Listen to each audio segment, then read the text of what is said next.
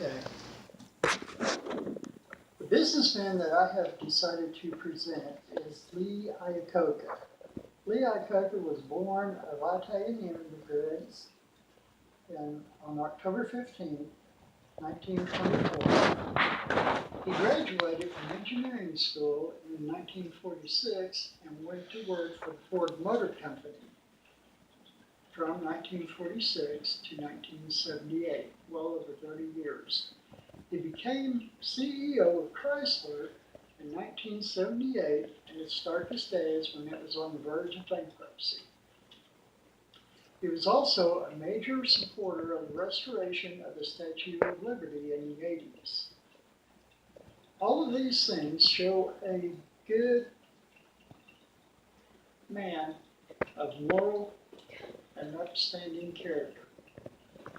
When Lee Iacocca worked for Ford, he rose in the ranks very quickly, becoming a young executive in 1960.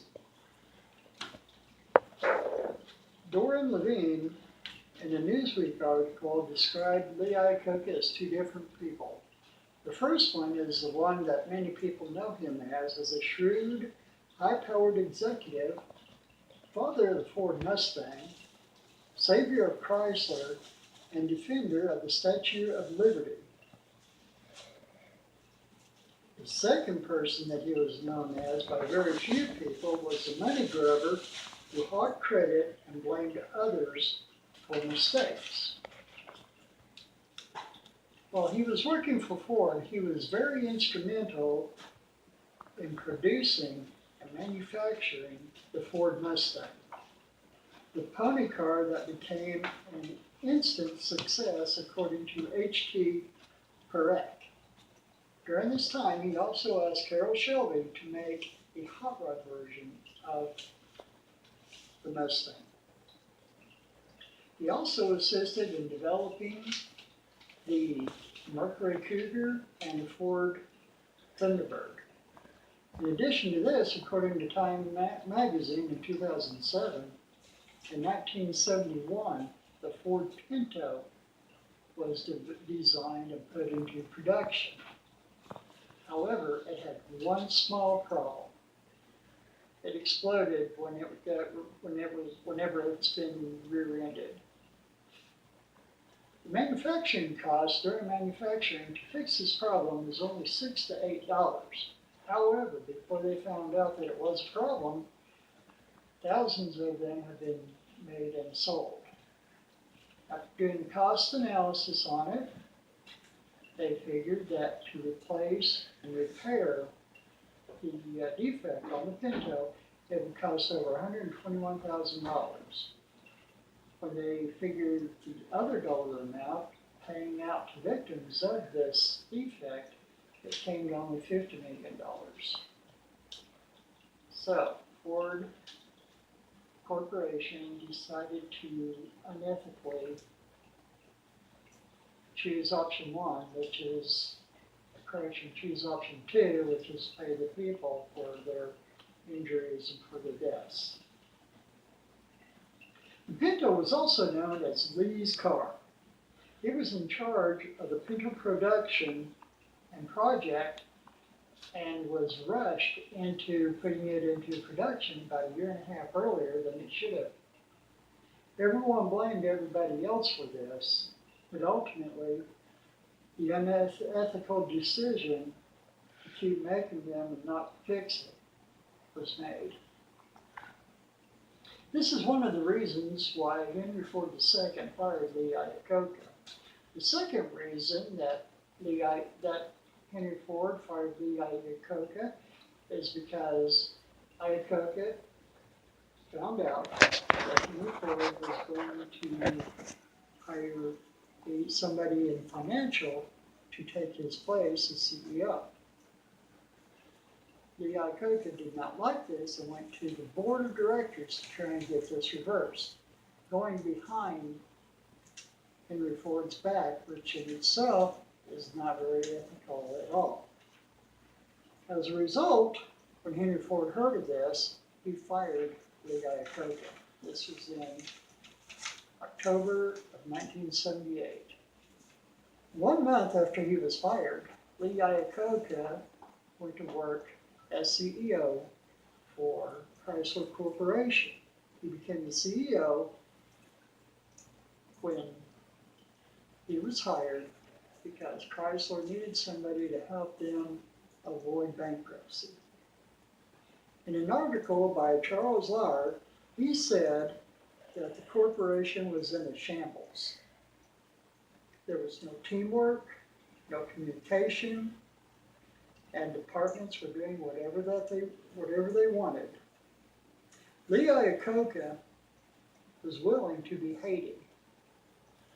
He knew that he had some hard decisions to make, and most of them would make him very unpopular with the people that it affected. But he found ways to appease them at the same time.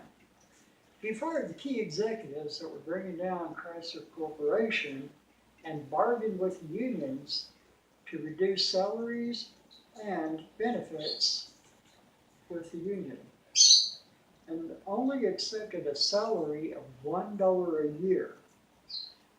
Lee Iacocca, by doing this, demonstrated a good ethical behavior by showing everybody that he was in this with them, that they were not alone.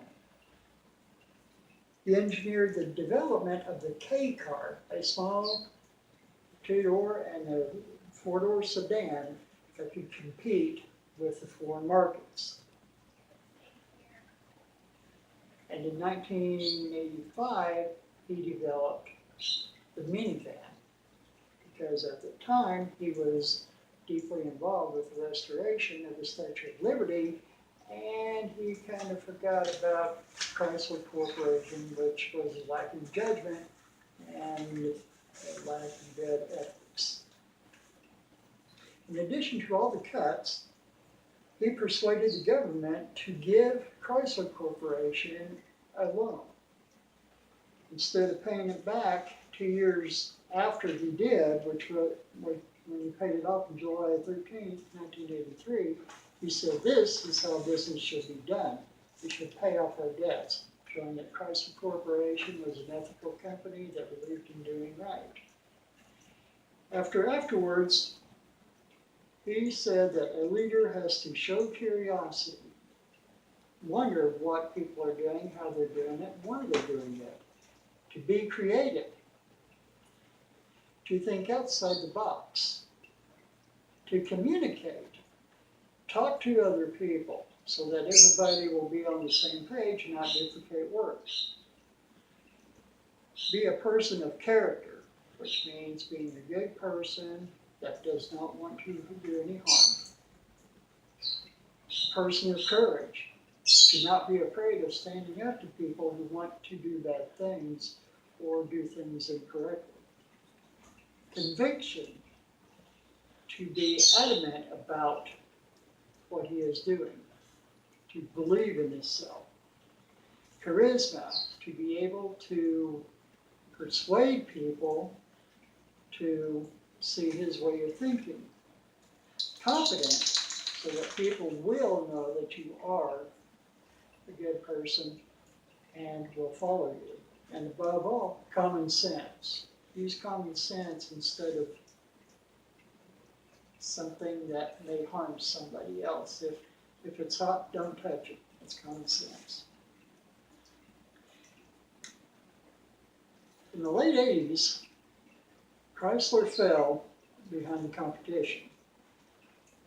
This was a result of Lee Iacocca being distracted by the Statue of Liberty restoration.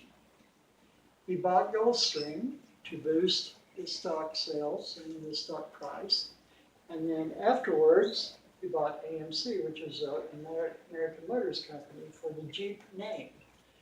The other brands that AMC put out, they closed and laid all the people off and closed all the factories. But they did keep the Jeep and made it a good brand name for their corporation. Is all this ethical and good for the people? The people will tell you no, but it depends on who you ask. And finally, in 1992, Lee Iacocca retired from Chrysler Corporation and started talking about how he did things. Thank you.